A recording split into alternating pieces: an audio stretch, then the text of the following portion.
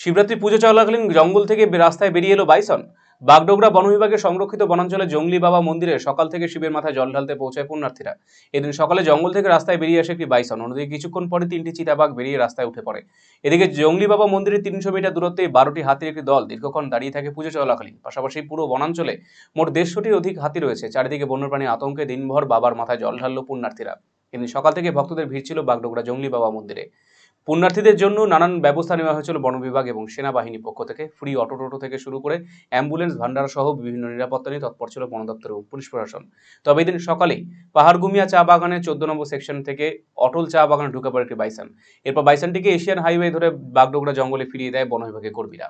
এ নিয়ে বাগডোগরা জঙ্গলে 5টি বাইসন রয়েছে বলে জানিয়েছে বন দপ্তর।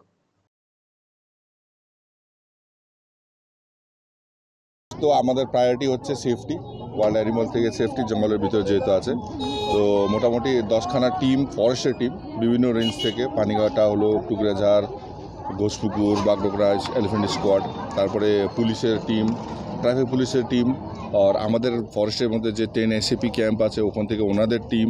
তো সুরক্ষার ক্ষেত্রে সব কিছু ব্যবস্থা করা হয়েছে। এই মুহূর্তে ওয়াইল্ড অ্যানিমালের স্ট্যাটাসটা কী আছে? স্ট্যাটাস বলতে গিয়ে মোটামুটি এখান থেকে আধা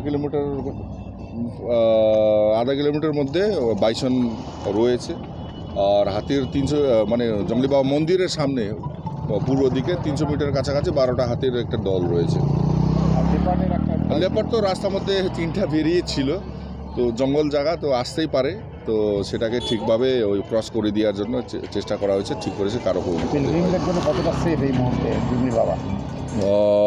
এখন এটা তো কি করে বলবো, আমরা চেষ্টা করছি, কিন্তু মোটামুটি আমি ফিল করি যে সেফ আছে যতটুকু সম্ভব, ওনারা যদি ডিসিপ্লিন করে চলে। আপনি কি দীর্ঘদিন থেকে পেটের বিভিন্ন সমস্যায় ভুগছেন, গ্যাসের সমস্যায় ভুগছেন? তাহলে আপনার জন্য সুখবর। এখন থেকে প্রতি মাসের নির্দিষ্ট দিনে দিশারি হেলথ কেয়ার রায়গঞ্জ শাখায় নিয়মিত বসছেন হায়দ্রাবাদ থেকে আগত বিশিষ্ট গ্যাস্ট্রোএন্টারোলজিস্ট ডক্টর রবি কিরণ পেরুমাল্লা। ডাক্তার রবি কিরণ পেরুমাল্লাকে দেখাতে আজই যোগাযোগ করুন দিশারি হেলথ কেয়ার, উকিলপাড়া, রায়গঞ্জ শাখায়। যোগাযোগ করুন 7477785509, 7477785512 এই নম্বরে।